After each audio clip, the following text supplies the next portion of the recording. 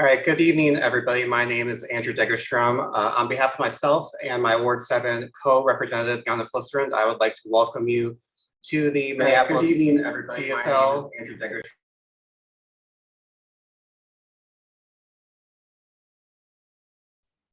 Sorry, technical issues. I was hearing myself echoing there.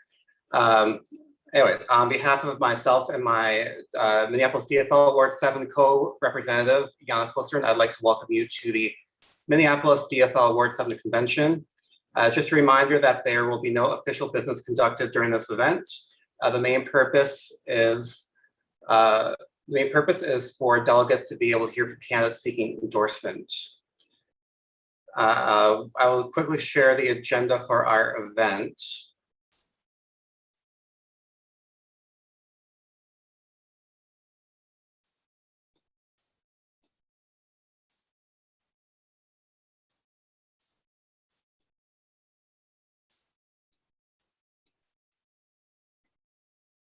All right, so we'll be, as soon as I am done with the introduction, I will hand it over to the chair of Minneapolis DFL, Devin Hogan, for a few remarks. We will then proceed to ward candidate speeches. Each candidate will have 5 minutes each, and the speaking order has been randomized. After that, we will proceed to the candidate forum. And finally, after that, we will hear from park board candidates. For the forum, we do have a ballot. So delegates watching, you can go to this link right here, the bit.ly link. We will try and share this multiple times during the event, but you can go to the ballot and vote on which questions you want to be asked during the forum. This ballot will stay live until the forum begins. So we would encourage you to go to the site now and vote for your questions and not wait on that. We will try and share this link multiple times throughout the evening. And with that, I'm going to hand it over to the chair of the Minneapolis DFL, Devin Hogan. All right, hello and welcome everyone. Good evening. This is my 7th event of the day. I'm loving every minute of it. Glad I don't have to bike all over Minneapolis today in order to get in front of all of the wards that we're having on today's events. So my name is Devin Hogan, and I've had the pleasure to serve as your Minneapolis DFL chair since 2018. And as a person who's voted Democratic their entire life, a farmer who runs a cooperative market garden on Nicollet Avenue, and a laborer who serves as the parliamentarian of my union's local, I'm very proud to call myself a DFLer. Also, during this Pride Month, I'm super proud to be out as queer and a non-binary person and say that representation matters and I see you. As your party chair, I've helped to spearhead the effort to reinvent the caucuses from scratch and to put them on the internet this year due to COVID. We've more than doubled caucus turnout from 2017, and to my knowledge, 2021 has been the best attended caucus in decades with the notable exception of 2016. I do want to give a special kudos and thanks to the members of the Minneapolis DFL Central Committee and the 60 participating campaigns citywide seeking endorsement for spending a lot of time together since last October to help make everything happen. Also, a special shout out to our ward committees who are putting on these events today. And thank you also to the folks who are watching live and also recorded on this hot summer Saturday. So the purpose of these events, as Alex mentioned, is for you to get to know the candidates better. I'm sorry, Andrew. The purpose of the events is, as Andrew mentioned, is for you to get to know the candidates better and to give the candidates an opportunity to have more time to explain why they're asking for your support. We sent a form out for delegates to submit questions, and as you saw, those are being solicited by you for which to ask today. So as the chair, the endorsement is actually my favorite part of all the work that we do because it's Democrats coming together to agree that this is the person who most supports our values as a Democrat. In a big tent, there's always going to be disagreements, but endorsement, again, as I mentioned, is about coming together. I think that's pretty cool. And I think that's something we should celebrate. So I'm very happy to be a part of this. My second favorite part is I get to flex on how your ward has influenced my life in Minneapolis and how it's meaningful to me. And so for Ward 7, I would say one of the best events that our city does is the Lopet. And as a person who grew up cross-country skiing, it's extremely meaningful for me to have my dad come out here and ski together on the lakes. It's an incredibly fun event and something I enjoy getting to do with my family. And now I'm on to the contractually obligated part to pass the hat. Minneapolis DFL is 100% volunteer run and is sustained on small dollar donations. Right now, our average donation is around $22, $23, and every little bit helps us do the work. So you can donate any amount at minneapolisdfl.org/donate. That's minneapolisdfl.org/donate. And if you haven't given to a political candidate or party this year, you can get up to $50 of your donation refunded via the Minnesota Political Contribution Refund Program. And so finally, I just wanted to talk about your ballots. There's been a lot of excitement in voting. We've had over 65% of all ballots cast at this point. I do want to let you know, though, that you're allowed to change your vote and re-vote as many times as you'd like before this Tuesday evening at 11:59 p.m. We will only accept your most recent ballot as the ballot that we move forward with. So that's it for me. Again, thank you everyone for coming. Thank you to the candidates for running, and thank you to Ward 7 for putting this on. Back to you, Andrew. All right, thank you, Devin. I'm going to put up the link for the ballot one more time. So just a reminder, this is the link to the ballot to vote on questions to be asked during the candidate forum. We encourage you to vote on those now and not wait. Voting will close once the forum begins.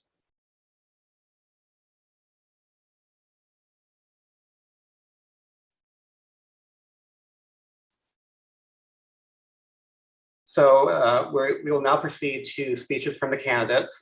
The order has been randomized.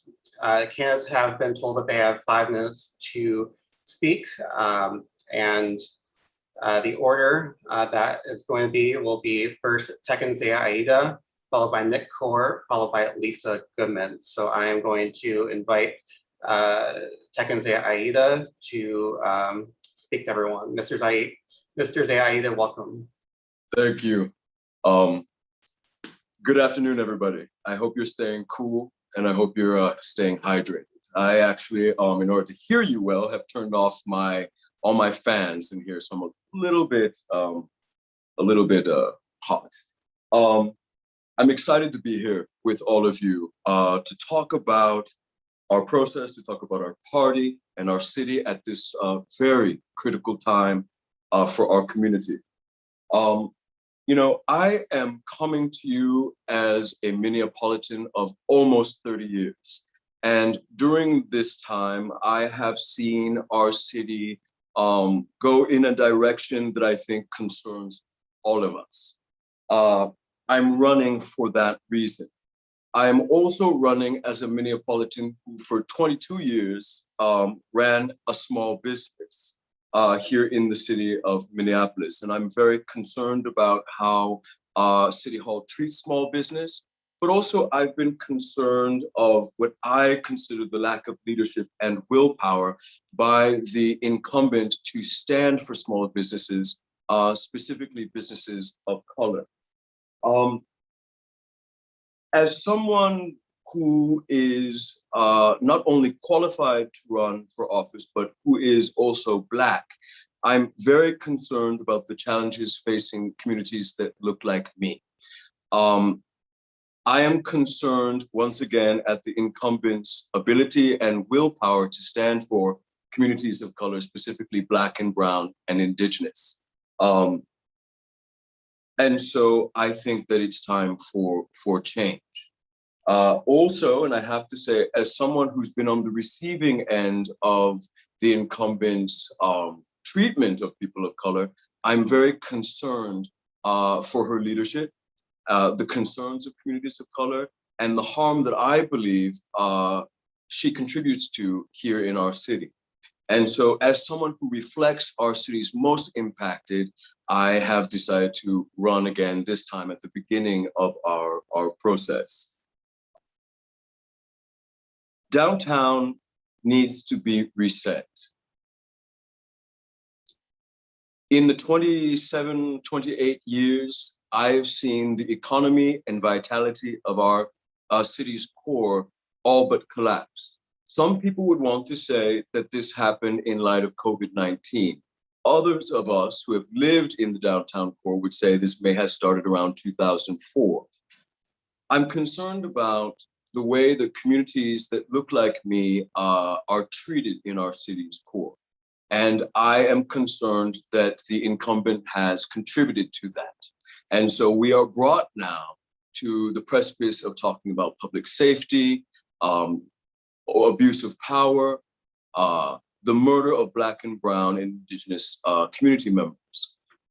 Again, as someone who reflects those communities, I believe that I have the qualifications and an understanding of the nuance to step into that position and help lead us towards the resolution of some of these challenges that face us.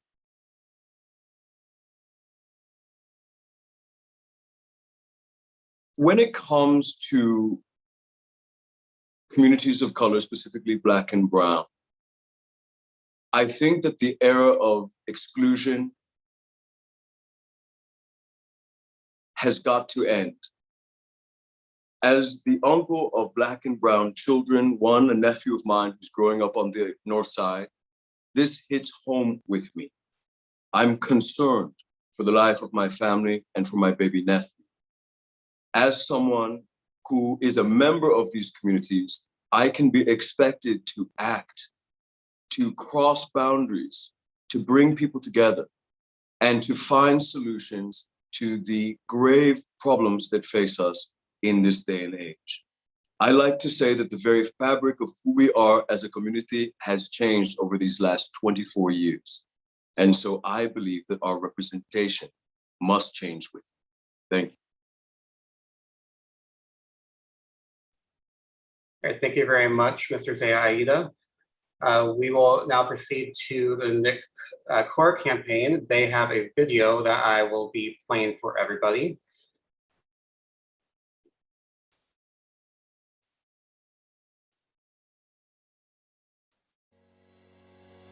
I look forward to Nick being on the Minneapolis City Council because this city is screaming for leadership that will really enact change. Nick doesn't only bring his talent and his skills to public service, he also brings his passion, dreams, and he brings us all with him. He became the first individual to lead civic engagement efforts for all the state agencies in providing training. And that's not a small feat. And it gives him a unique insight as to how government works. So from the outside, from the inside, he will be committed, tireless, and an outstanding advocate. Nick invites people into environments that really utilize every voice and is always actively working towards building a greater community with this campaign. Nick recognizes where he has privilege and also recognizes his oppressions as well, and connects with everyone because of that. These days, as a resident, I know that public safety is a big challenge, but I'm confident that the natural talents and the skills that Nick has developed will move Minneapolis forward. Just by running Nick, you are already changing things. You are putting forward a new choice, a new conversation, and you're expanding the paradigm of what people believe is possible. Nick is a great listener. He's a convener, a connector, a network weaver, and he raises up the voices of everyone.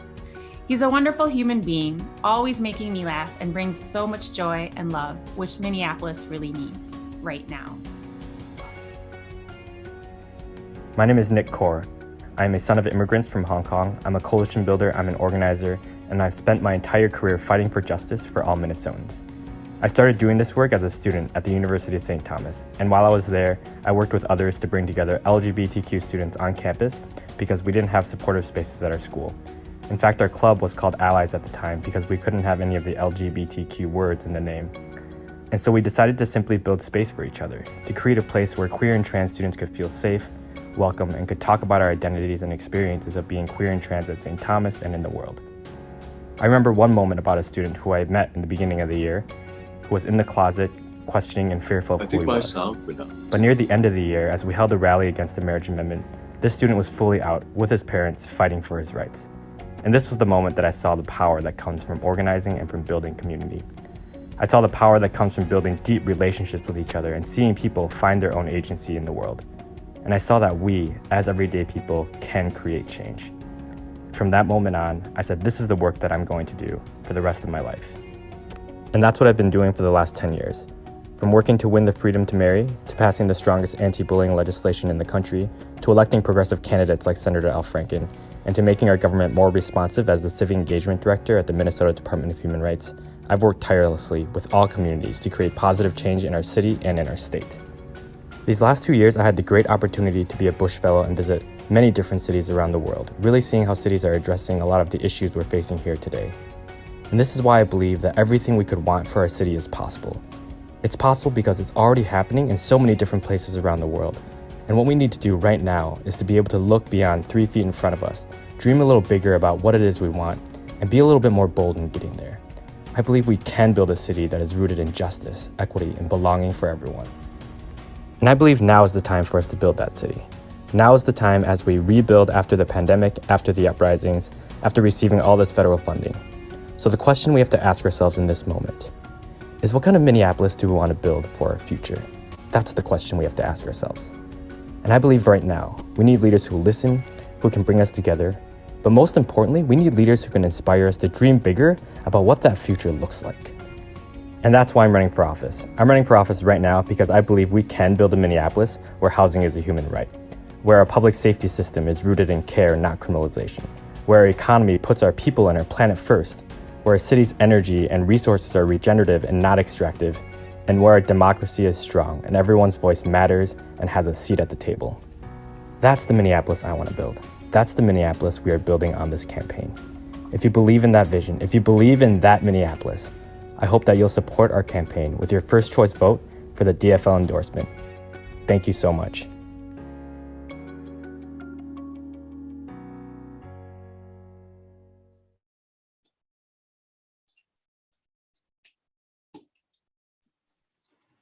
All right. And before we proceed to our last candidate, I forgot to give a warning beforehand that with time limit, if candidates do go over the time limit, their mics will be cut off. Haven't had anyone violate that yet, so I just forgot to give that warning ahead of time, so I will give that now. And we'll proceed to our last candidate, Councilmember Goodman. Welcome. Hi, everybody. I'm Scott Mayer. I am a longtime resident of Ward 7, first as a renter and then a homeowner. I'm here to introduce and support Lisa Goodman because bottom line, I think Lisa knows best on what it takes to run a city. I know Tekken. I think he is a great guy. I have not had the pleasure of meeting Nick. I have a hunch he's a good guy as well.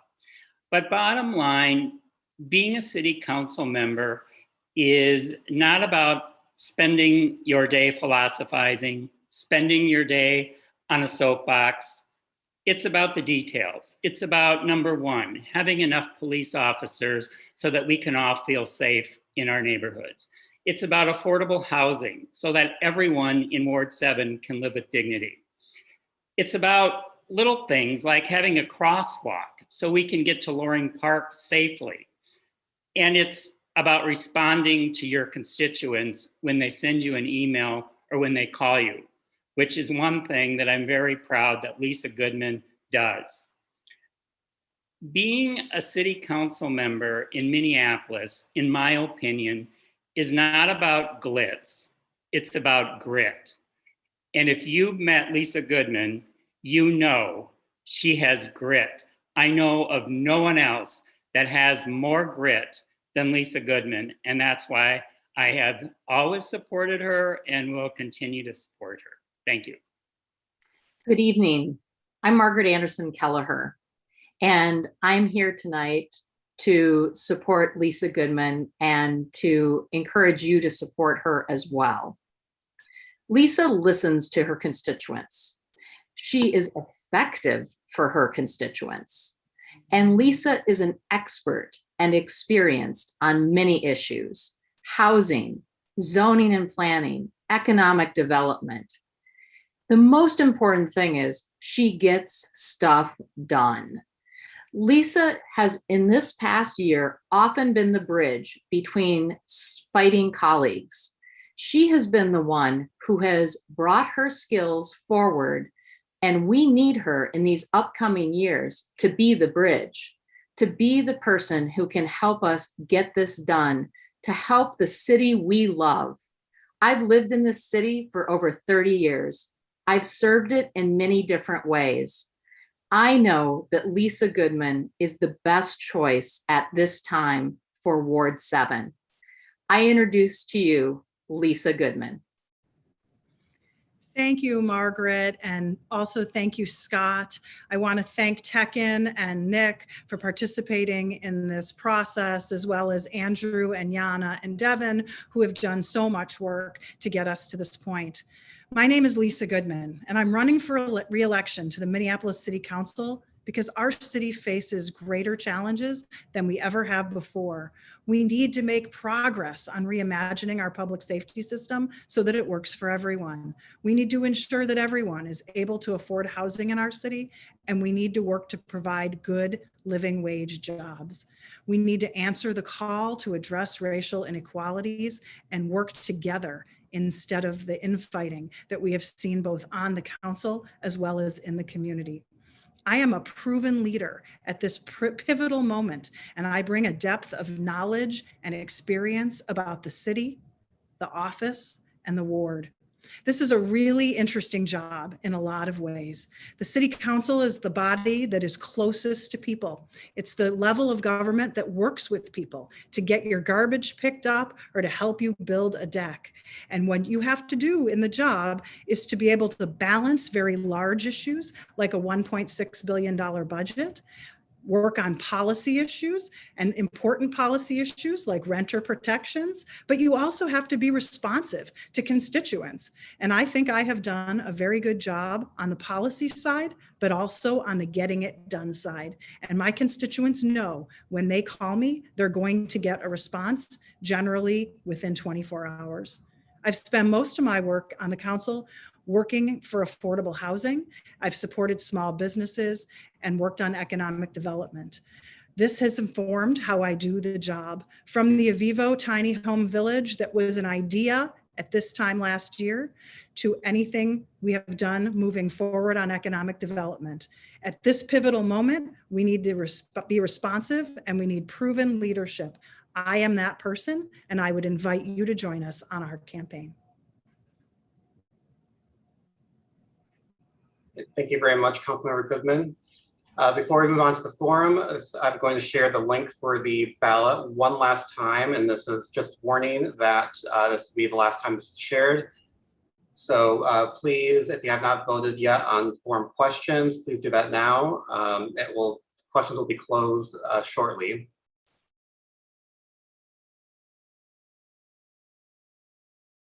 All right, for the forum, I am happy that our precinct chair of Ward 7 Precinct 9 volunteered to moderate the forum, Natasha Doctor, and I'm going to hand it off to Natasha from here. All right, thank you, Andrew, and thank you everyone for being here tonight and for all those tuning in. It is much appreciated. So we are now moving on to the portion of our event, of our convention, where we're going to do our forum for City Council. I'm going to just give a little bit of an overview about how we got the questions that are going to be asked. So the questions being asked were generated from a Google form that was emailed out to all delegates with their ballots, and it was open until this morning. The Ward 7 committee met this morning and sorted questions into like categories that were identified by the questions submitted. And then our committee created a form for people to vote on this evening, and we are closing that form now. So if you have not voted on which questions you would like to see asked during this forum, please do that now. So we will ask questions from the topics in the order of interest that people are noting as they're voting. Tonight, time allows for about 4 to 6 questions. So that's what we are going to do this evening. And the top vote getter in each of our categories will be asked. Some questions were submitted with names, so we will share those names if there was a name with the question, and some questions do not have names. I'm going to go over our rules and expectations for this forum. And if you have, if candidates have any questions, we will have some time for questions after I'm done explaining them. Responses will be limited to 90 seconds. We will give a 5-second warning in the chat. And I will mute you if you are going over. I work with middle schoolers, so I'm not afraid to mute people. So just fair warning, 90 seconds. And we have randomly selected an order. I drew names out of a hat. And so the order we will go in for the first question will be Lisa, Tekin, and then Nick. And then we'll switch that order around for each question. Do any candidates have questions about how this forum is going to work?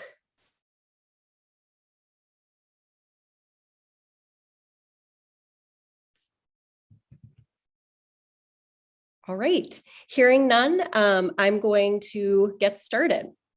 So question 1 is, what are your specific proposals to support reparations or restorative justice measures to advance racial equity in Minneapolis?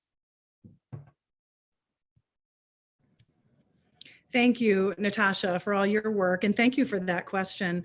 I view the concept of reparations in 4 areas. I believe that we need to have better housing, including home ownership for people of color. We need to have projects and processes where we have better economic development and living wage jobs.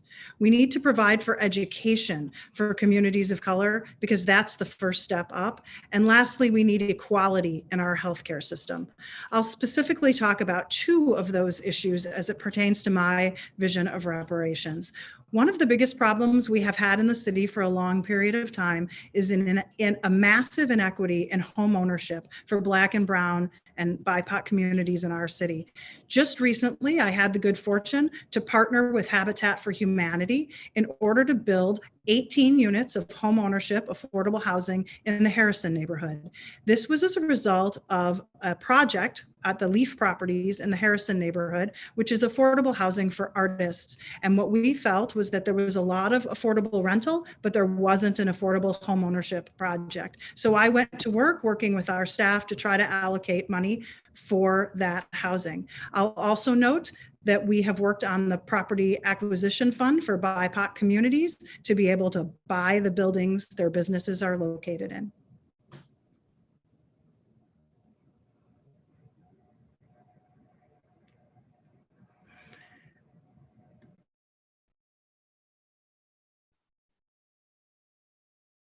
And then Tekin, you're next for this one. Okay, am I speaking now or is there a video play? Nope, go ahead. Okay. Thank you for the question. Reparations for Black, Brown, specifically ADOS communities. In the notes that I just jotted down, it's fix our public schools, fund small business creation, work towards free public transit, and dedicate ourselves to environmental justice. 18 units of affordable home ownership opportunities is not enough. Understanding that home ownership is the #1 reason that we have a wealth disparities crisis in the United States, yet still supporting Minneapolis 2040, which is a known trickle-down economics plan that leaves Black and Brown Indigenous communities out of the picture and out of home ownership, is not enough. One of the things that's very hard for me in this process is that I've been lucky enough to be hyper engaged in City Hall and the dialogue that takes place in the chamber. And so I can see the disconnect between what people say and the reality that we see on the streets. And so again, when it comes to reparations, things that affect. Thank you. And next we will hear from Nick. Thank you for the question. So those of you who know me know I've spent my entire career fighting for racial justice. And I think broadly, the issue of racial equity is always difficult because systemic and interpersonal racism is so ingrained to every single piece of our city's DNA. And unfortunately, our city in the last 2 decades has not done enough to unwind or detangle the system of racism. So with reparations, yes, I believe in reparations. This is not an abstract idea, as cities across the country are already looking into this, such as Evanston, Illinois, Providence, Rhode Island, and Minneapolis should and can lead the way in providing direct cash as reparations for slavery and indigenous genocide. It must be direct cash. A few things I also want to say in terms of racial equity. We have to invest more in the Department of Civil Rights. Our Department of Civil Rights can be a strong advocate in promoting justice, but unfortunately they are underfunded and understaffed. And so if we really want to do more to enforce civil rights in our city and expand the scope of what our city can do to fight for racial justice, we have to invest more in our Department of Civil Rights. We also need to use more to spend more on local businesses and businesses of color. Our city consistently does not meet the goals for hiring workers of color and contracting with businesses of color. And so we need to do more to hold those contractors accountable. Lastly, I'll say that with the most loving care, white people need to step up. We all know how systems of power work. We all know how city officials listen to. And so it's those of us who are wealthier, homeowners, business owners, and those of us who are white. And so yes, white folks need to demand more to push the city harder and to invest in their money into that. Great, thank you all so much. Our next question, question number 2 will be in a city and ward where more than half of people rent, what housing policies would you focus on to ensure that every Minneapolis resident has a safe, stable, and affordable home? And just a reminder on the order for this question, we will go Tekin, Nick, and then Lisa. Thank you. As a renter of affordable house, I live in a 100-year-old apartment hotel.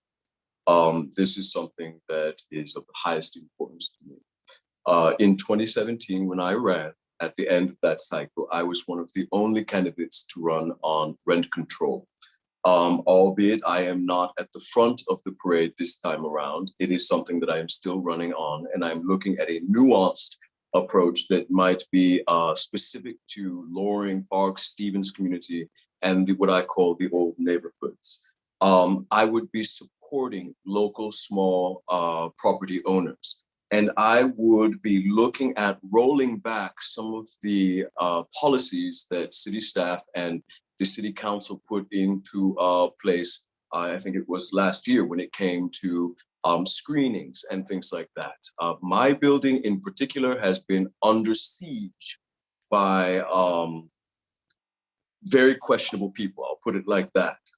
And we have had little to no power to protect ourselves or even our street. And so as someone who is a renter who lives amongst the people, facing these challenges, I would be, as I have been when it comes to equitable housing, affordable housing, leading that fight.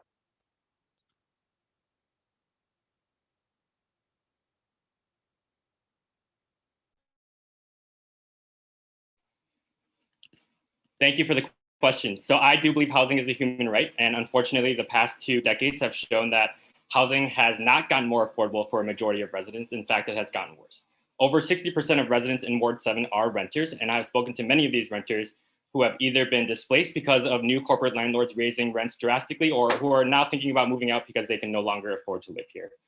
But it doesn't have to be this way, right? There are cities across the country who have ensured that every one of residents has adequate and affordable housing. And across the world, so like in Singapore, a very capitalistic country actually, is one example where 80% of their housing is public housing. And that is because they've made a commitment that housing is a social good.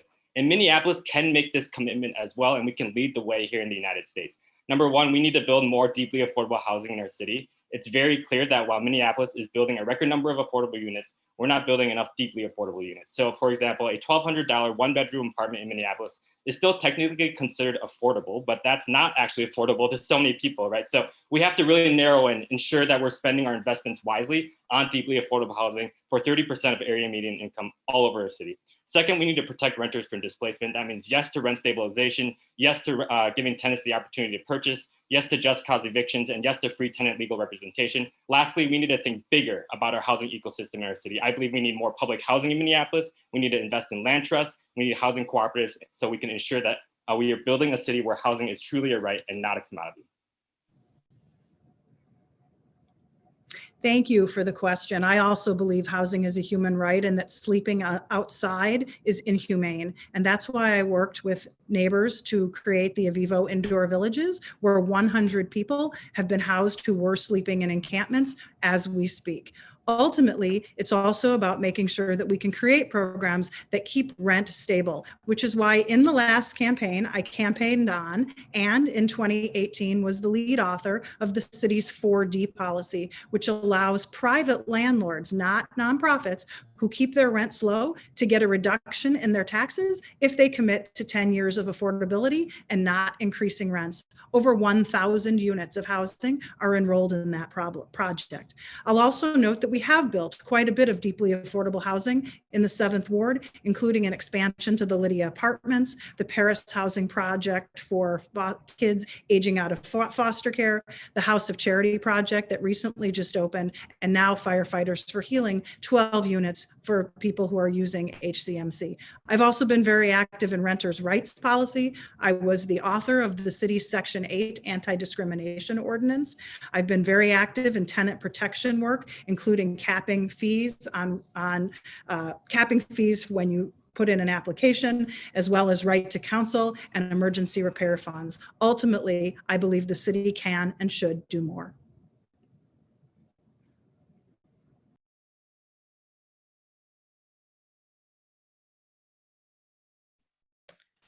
All right, we are going to go on to our third question, and our order will be Nick, Lisa, and Tekken for this question. So question number 3 is the following. For decades, Minneapolis has tried to bring greater police accountability, public accountability to the Minneapolis police. None have been successful. What are your proposals for greater police accountability why are your proposals for greater police accountability going to work when so many others have failed? Thank you for the question. This is a really important question. I believe that safety is the #1 priority of the city.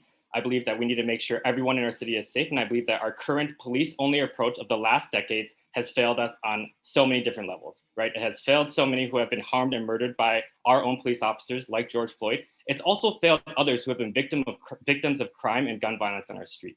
Pre-COVID, 2014 to 2020, we spent a record number of dollars on police every single year. And even in that time period, we saw high crime and gun violence in different pockets of our city. So I believe that we have to think bigger and more comprehensively about what public safety means.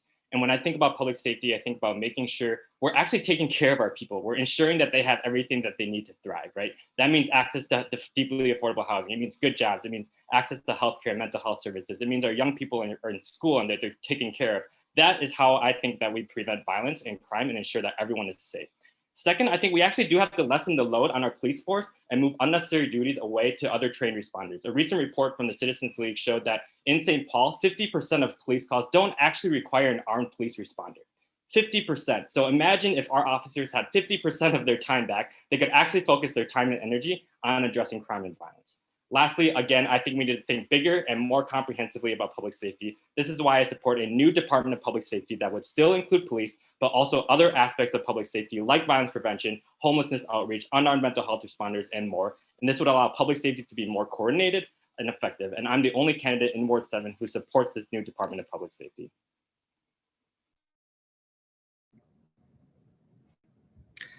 Thank you for that question. I've had the good fortune to work with one of the most racially diverse members of the city councils in the history of my time on the council. And many of my colleagues have done incredible work on alternatives to public safety, and I have supported a majority of that work. That does include alternative response, and it also includes violence prevention and violence interruption, both that I have supported funding and also strongly support.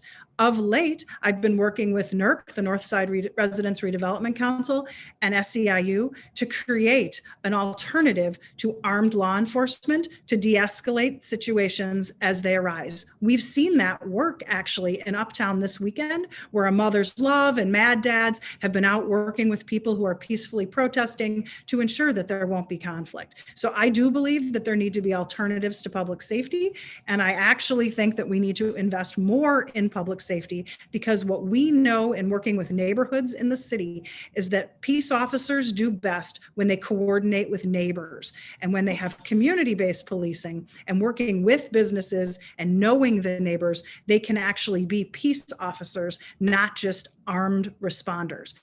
I also believe that rearranging all of the different places that public safety sits in the city is not transformational change. And I commit to working with the legislature and the unions and the state in order to change some of the most pressing problems that we have that the city can't do on its own. I can't. Okay, thank you. One of the ways, or some of the ways that my working to resolve this would be different is that I would actually be joining forces with members of the community who have been doing this work for quite some time, like Communities United Against Police Brutality. That particular organization, Grassroots, has a plethora of policy points and legislative papers that have been sent off that need greater support from the city council and of course from the state legislature. I also support working with community on community oversight boards, which is something that the incumbent has voted against several times. I have also been the first candidate to talk about becoming what I would call the third evolution of the STARS and CAHOOTS programs, which are taking place around the country that pair or either send out exclusively or pair with law enforcement, mental health, and medical professionals to be a barrier, to be a first responder to calls out in the community. I've used that then to grow this idea into the offering of comfort and safety nodes, which would be using existing infrastructure throughout the city to place new recruits, new peacekeeping officers with mental health and medical professionals. So for instance, they would be a couple blocks down the street from me in the Park House at Loring Park, and I would be able to access them first before, say, 911, which has been beleaguered. So there are many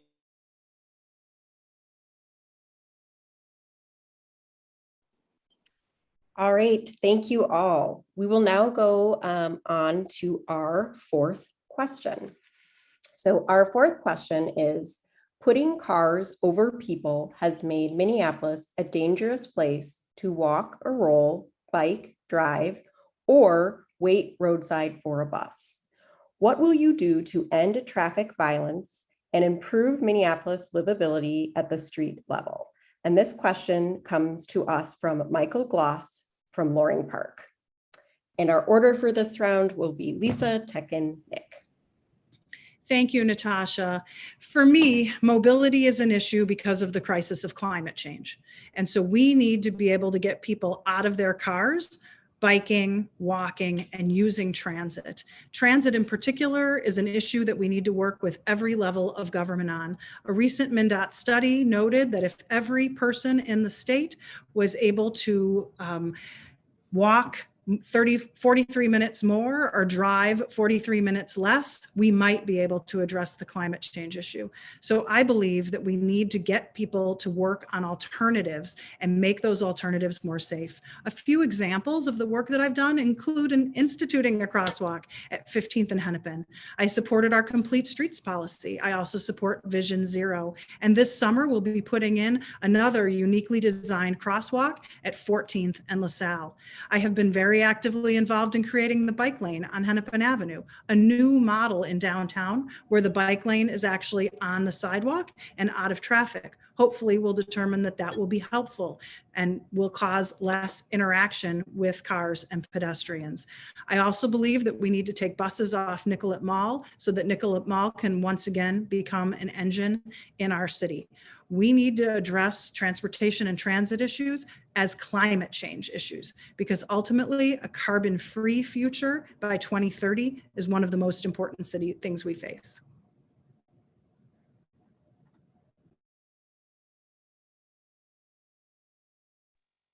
Thank you. Transit, yes, it is a climate issue. It is a racial and economic equity issue. It is a livability concern. One thing that I want to say is that traffic calming and making our streets safe for everyone cannot come as a side effect of gentrification. There are communities that have been asking for these measures for decades. And just when we change the tax base is not the time when these things should happen. They should be happening the minute people start living in particular areas. Again, public transit could and should be free. During the uprising last summer, we saw that happen for months. We know it can happen again. Shared streets, net zero, all these different things are great, as long though as those most impacted in the neighborhoods that are most underserved are at the table helping to design the resolutions that will directly affect their communities. Crosswalks at 14th and LaSalle or at Oak Grove and 15th are all very important. But again, we've been asking for them for many, many years. And it cannot just be in an election year when we get these things. So I am committed to working with everyone in our community, specifically those most impacted by a lack of service, to get the equitable transit that we all deserve. Thank you.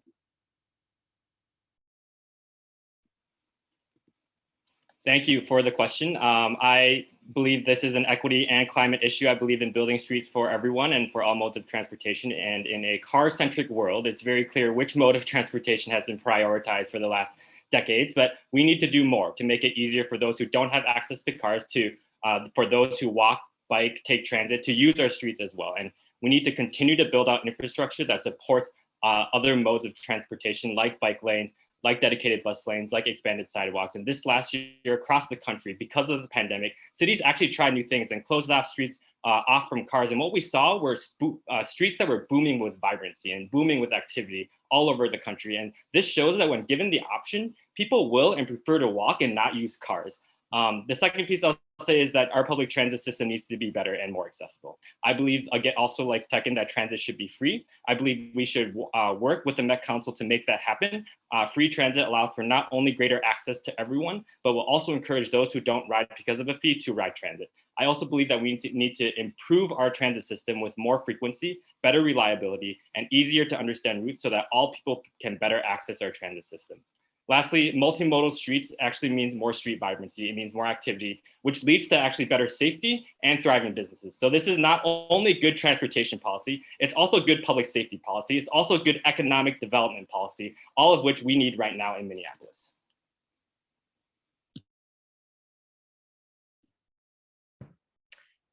All right, our fifth question is the following. Are you willing to support North Minneapolis residents' efforts to hold the Northern Metals facility accountable for their negative environmental impacts in one of Minneapolis's largest Black communities? And our order this time will be Tekken, Nick, Lisa. Thank you so much for that question. And my answer is resoundingly, of course. I am, if not the only candidate in Ward 7, I am the first candidate in Ward 7 to actually talk about this, as I have been working with activists, neighbors in the most impacted areas of this city on this specific concern now for a few years. This ties into everything. It ties into the health of our river. It ties into development, gentrification, green gentrification, the Upper Harbor Terminal, et cetera, et cetera. And so, yes, where Black and brown communities have been redlined into polluted and toxic areas of the city, I am committed to reversing that harm and working with all partners to bring an end to what I call oppression, systemic genocide, and apartheid in our particular community. So I'm excited now that this initiative is getting more support or even interest. And again, this is just one of the concerns facing our community that I believe our current leadership is not doing a good enough job to let Ward 7 know about.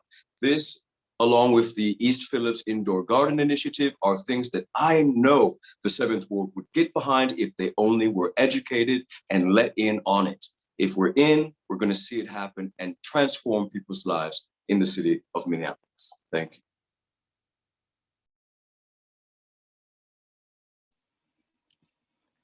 Thank you for the question. Yes, I do believe that all of us deserve clean air, water, and confidence in a stable future. I believe that we have to lead the way in environmental justice, and we need a champion who will do that. So I have, yes, signed on to the Community Members for Environmental Justice's their letter and their demands to hold Northern Metals accountable. The fact that they are still open is a testament to how little power our green zones actually have in our city. And so if I'm elected, I'll make sure that green zones in our city have real power to actually push environmental justice priorities in our city, like closing down Northern Metals, like preserving the Roof Depot project. There are a few other things I want to talk about with climate as well. And number one, I think we do need to spearhead an update to our climate action plan, which hasn't been updated since 2013. And so we need a new plan that is rooted in both science and technology and rooted in environmental justice.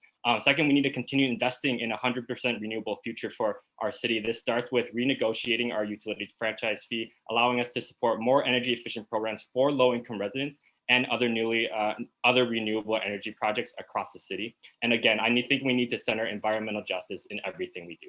We need to ensure that green zones have real teeth, because we know that our communities know what's best for them. And we know that we need to trust them in making those decisions, like again, the Roof Depot project, which is a prime example of when a community-led, good for the environment, good for the community project occurs, but then the city steps in and says, no, we're not gonna let you do this thing. That is the exact opposite of how we should be leading and how we should be treating our communities.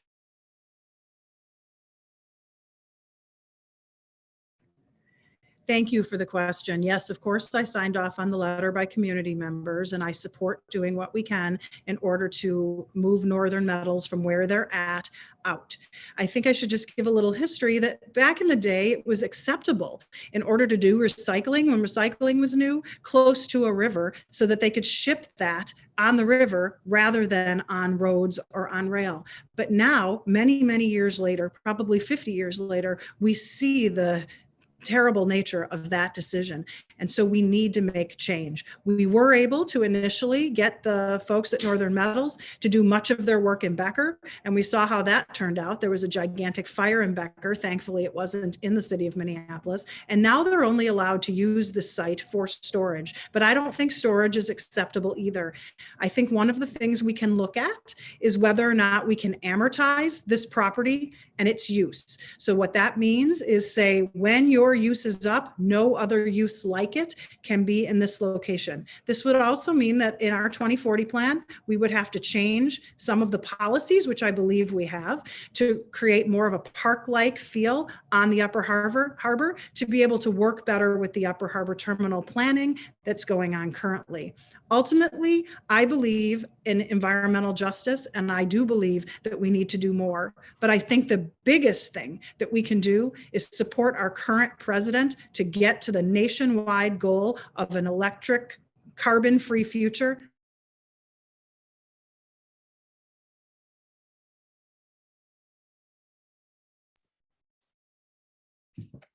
All right, this will be our sixth and final question for our forum this evening. This past year has laid bare the extent of racism in policing, inadequate housing for homeless, and programming for our youth. What steps will you take to correct the injustice in our systems? And this question comes to us from Connie Felder.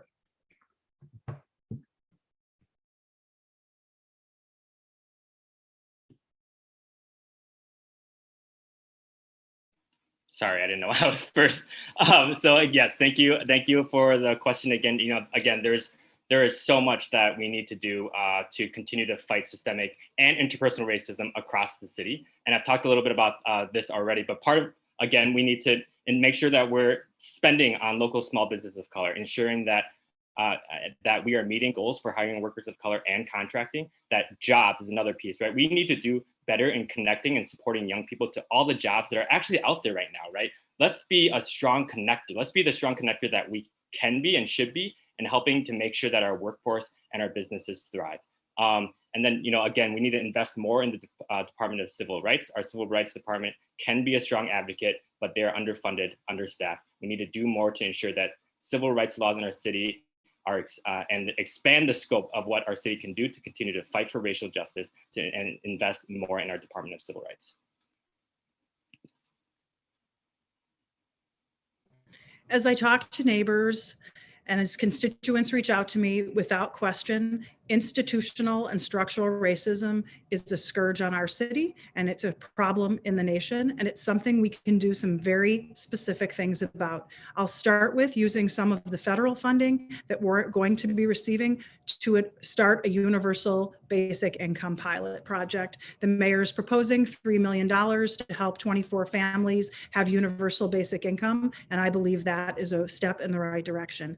In addition, I was one of the authors of the city's commercial property acquisition fund. It was obvious, as Tekken had said before, that small businesses, especially in areas in our ward like 14th and Nicollet, were displaced as a result of development.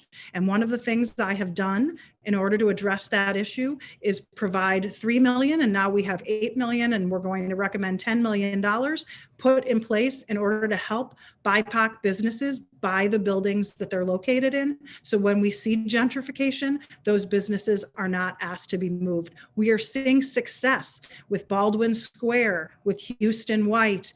We're now working with Pimento Kitchen and Rebecca Polston on the north side. Ultimately, we've had success in the first few years of this project, and we need to continue its success.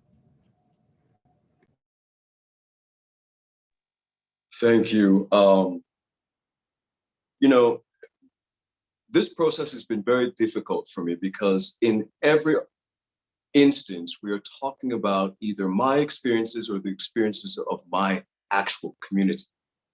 And so I guess the first thing that I would have to do if we are actually honest about reversing some of this is to point out that the incumbent has had 24 years to make some serious and substantive changes that would have helped us not end up in the place that we're at today.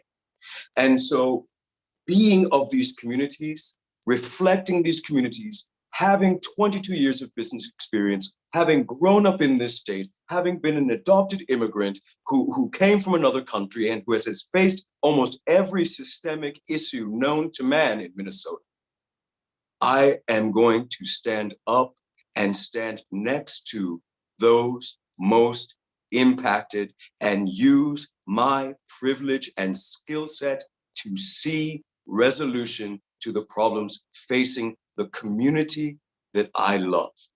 That's the best way that I can say it. Thank you.